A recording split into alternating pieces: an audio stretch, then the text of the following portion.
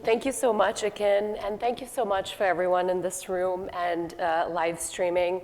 I know it's been a very unusual way of putting on this conference, but again, I'm sure something that's come up is it really shows us the new way of working and being able to adapt and be innovative, right? So I'm going to talk about why inclusion is a leadership trait. It really is, when we think about the future of work. But before I really get into my presentation, I want you to close your eyes for a second and think of a time when you didn't belong at work. When you walked in and you knew that this place was not going to receive you the way that you needed to be received, your authentic self. Open your eyes and shout out the words and the feelings that come associated with that feeling. Lonely, fear, anxious, discouraged, all of these words and many, many more. And I'm here, I wanted to start off by talking about a time where I felt all of those things and many more. There is a silver lining, but it started like this. So I began my career as a business journalist. I worked around the world doing that and transitioned into technology when I moved to Seattle. And now we can definitely say that all jobs are technology jobs, but certainly at that time it was the future of work technology, and this was about 7 years ago.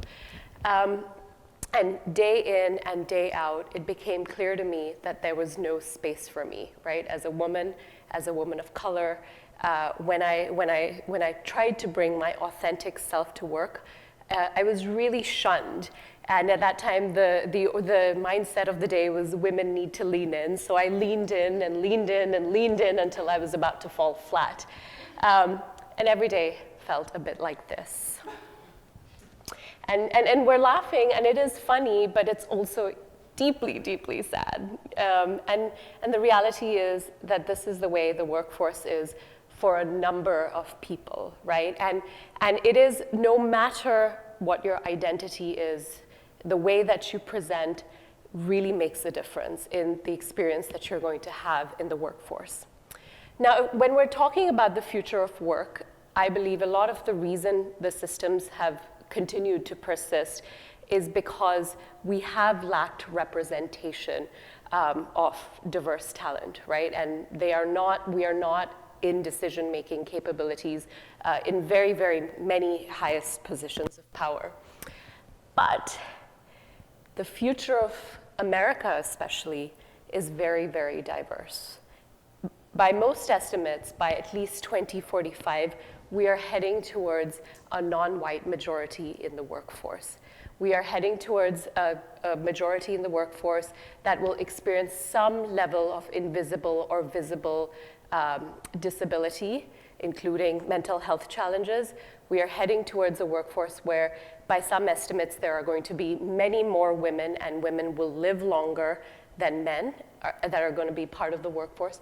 And so it's just natural that we need to start thinking about how do we build a future of work that is diverse and inclusive. Now, I know the words diversity and inclusion have been used quite a lot, but I like to use my terminology.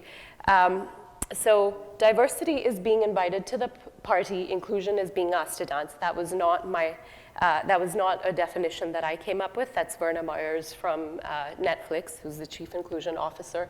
But I did add to it equity, which is being part of the planning committee. And Jodi-Ann, I love the party metaphor that you used. I grew up outside this country, so while Halloween has spread far and wide, and certainly did in Singapore where I grew up, Thanksgiving was one that didn't, and actually was quite a big surprise for me. And again, didn't know the rules, didn't understand even some of the historical systems of oppression. Unfortunately, a very popular holiday actually uphold, and had to spend time educating myself. But really this concept of being invited to the party and being asked to dance is necessary, and it kind of resonates across cultures. But what's extremely important is equity. Who is on the planning committee, who gets to choose the music, who sends out the invites, all of that. And what I am talking about now when we think about the future of work is moving away from the inviting and the including to actually changing systems of power to be more equitable, right? And that's really key to all of the work that I have since dedicated myself to do after a fairly traumatic experience in my last workplace. Now, diversity, equity, and inclusion is disrupted very much by unconscious bias. Our brain, that's our brain, a nice depiction of it, receives 11 million pieces of information.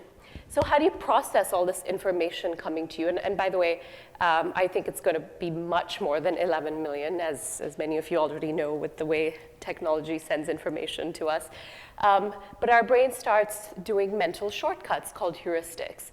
So the same positive benefits of heuristics, such as not learning how to brush your teeth again every single morning, there are positive benefits to it, certainly. But some of the more negative outcomes include making very quick, snap judgments and mental shortcuts about people. And research shows we see race far before gender, and a few milliseconds before we actually categorize someone by gender. So you can imagine that when people, especially people of color, walk into certain rooms where they are not historically there, our brain immediately starts to make sort of judgments and shortcuts in our mind. And those disruptors is what I called unconscious bias, right? And these are much more common and much more pervasive than explicit bias, and very, very necessary for us to address if we want to create a future of work which is equitable for all, right?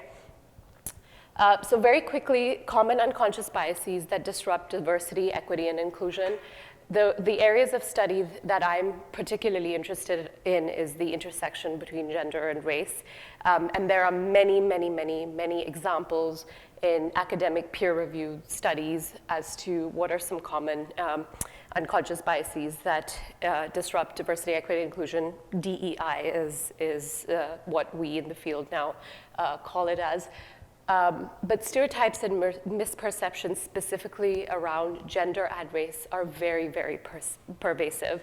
And these include what we think of as positive stereotypes as well. For example, Asian Americans, for example, often we believe benefit from the model minority myth, but actually research has found that, especially in academic settings, students of Asian descent often do not receive the support that they need because of the model minority myth of presupposing them to be intelligent.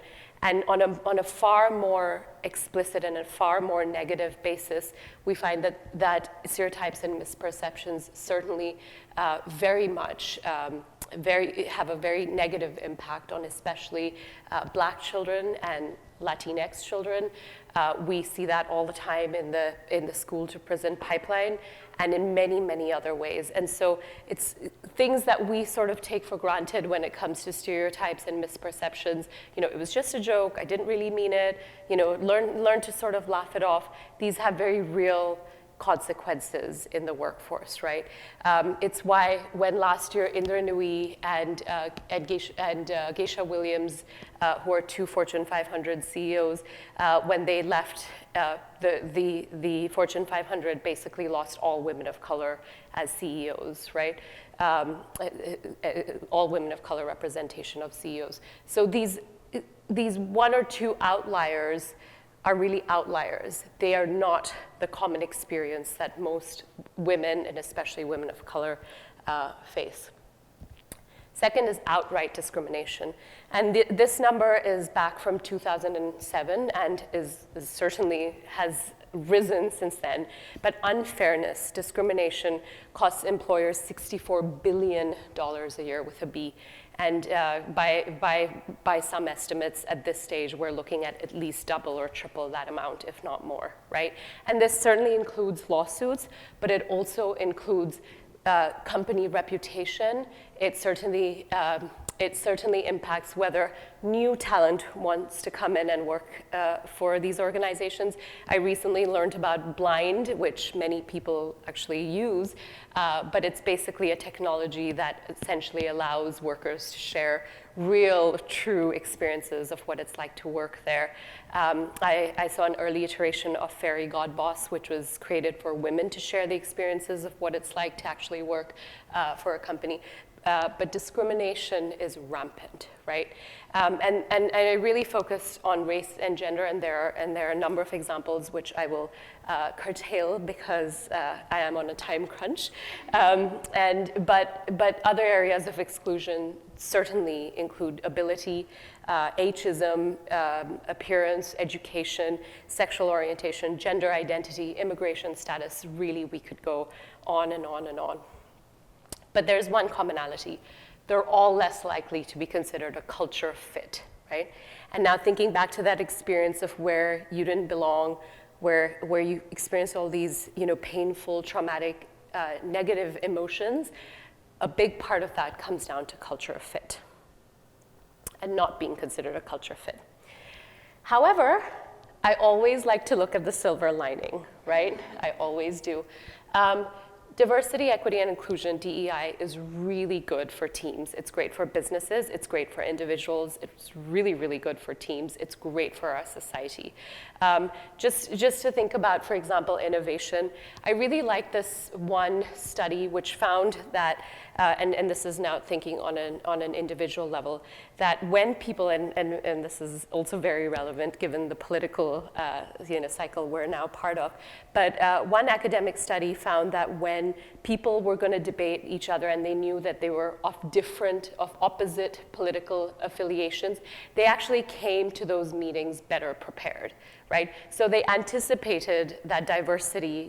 If I'm a Democrat and I'm about to go into a meeting and talk about politics with someone who's a Republican, I'm going to come to the table better prepared, right? And if we extrapolate that when it comes in terms of diversity and inclusion, really thinking about when there's going to be difference at the table, we really show up and bring our best selves to work. We really bring in, our best prepared selves to work.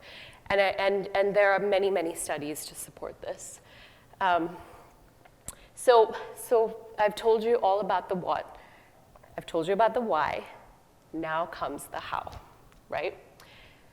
In the future of work, it already is the case, but certainly as we go on in time, thinking about even 25 years from now, as we're preparing for a non-white majority in the workforce, in the American workforce, is thinking about inclusion as a key leadership trait.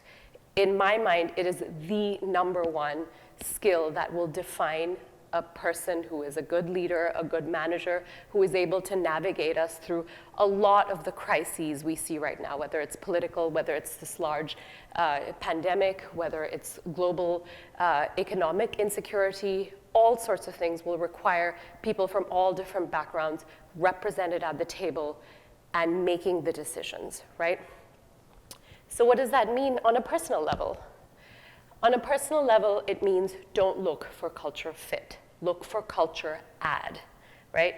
And it very much is indicative in the workforce, right? When we are looking for culture add, when we take a look and we evaluate, as Jodi-Ann was talking about, we evaluate what do we already have today, what are the resources, who are the perspectives at the table we have today, and who do we not have, how do we bring them in? It's also very necessary on a personal level. Research finds that 3/4 of white Americans do not have a single friend of color. The most diversity they ever experience is in the workforce, right? And so let that not be the case. If you start with diversity early, and there are, unfortunately, neighborhood segregation, education segregation, these issues are rampant, and we know that we have to work doubly hard to overcome them, to build a social circle that is diverse and inclusive, right? So in short, don't look for culture fit, right? Don't look for the person who went to the same school as you, or don't always prioritize your kids playing with people who are from the same background as you, right? Like really cultivate diversity early into your life on a social level, and that will position you very, very well to be able to lead with diversity, equity, and inclusion as a top of mind leadership trait in the workforce, right? Secondly, from a company perspective, from an organization perspective, really look for policies that benefit everyone. So one study found that just offering 6 months of paid maternity leave could add $19 billion to US employers, right? Just 6 months of paid maternity leave. We have the distinct dishonor in the United States, dishonor, I want to emphasize that. We have the distinct dishonor in the United States of being the only OECD country in the world that does not guarantee a single day of paid maternity leave. And what that means is 1 in 4 American mothers go back to work 10 days after giving birth. And that is the reality of the America we live in today. So really, what that means is companies and leaders have to start stepping in to fill in those gaps, right? And really thinking about how can we create policies that benefit everyone. One of the positives of America not having paid maternity leave for so long is now we see states and companies becoming very innovative and much more inclusive. So I'm starting to see paid family leave, for example, in Washington State, where you don't have to be a birth parent, you don't have to have young children, but there are accommodations no matter what your family structure looks like, right?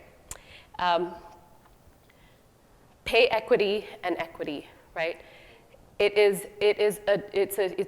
a shame that white women make 77 or to 78, depending on which stat you look at, to the white man's dollar. But for black women, that's down to 64%. For Latina women, that's down to 54%, right? So we really live in a time where you could do all the right things. You could lean in hard, like I said. You could get all the degrees. And there's still a high chance that you are, as a woman, and especially a woman of color, you are getting paid less than your white male counterpart. And therefore, it's very necessary for employers and really governments and leaders to take that extra action to make sure that you're paying people equally. And one of the ways I've seen this done really well is actually salary transparency, right? For folks of you, especially those streaming in, who are negotiating a job offer or thinking about, what it'll look like, what salary could you reasonably expect, always do your homework. And one website I really love is payscale.com. It's not, there's no repository really that's a perfect repository of what people are making. The best way is really to turn to your neighbor and say, this is how much I make, right? But we're more scared of talking about money and salaries than I think we are of most other things and most taboo topics, which I won't go into. The other option, the other part, equity, is also very, very necessary. I see more and more companies being formed. I think a lot about equity. I really think about when you start a company and your company starts to become successful and you start dishing out portions of your company, who gets the equity, right? Who gets to be part of the success? And I say this because I worked within a startup environment. Who gets to be part of that success story and who doesn't, right? And this is something leaders really need to think about. And for those of you who are thinking of working in a startup or actually starting your own startup, it's important to think about how does equity play into my total compensation, right? And one of the very last things, but probably the most important, is sponsorship and active allyship. And what that means is you stand up actively and constantly in the face of discrimination and bias, and unconscious bias even, right? And so that means when a woman is called aggressive, that means you turn around, especially if you have privilege and power and influence in the situation, you turn around and you say, interesting you said aggressive. Did you mean strong? Did you mean a leader? Did you mean assertive? Why use the word aggressive, for example, right? And it really means standing up to bias at point in time as it happens. Sponsorship, there's a key difference between sponsorship and mentorship. Mentorship is essentially finding someone who is a shoulder to cry on or being someone's shoulder to cry on. Sponsorship is using your social capital to propel others forward. Again, especially people who have largely been underestimated and left out of conversations and have not received a seat at the table. So I'm going to pause and stop there, rather. I have a slide up about my book, which really was born out of the painful experience of facing discrimination in the workplace, and realizing that being told to lean in was not the answer to solve gender inequality. It was really about companies and leaders and systems level change, society level change, for us to get to a place where everyone has a seat at the table, because leadership is certainly, inclusion is certainly a leadership trait for the future of work. Thank you very much.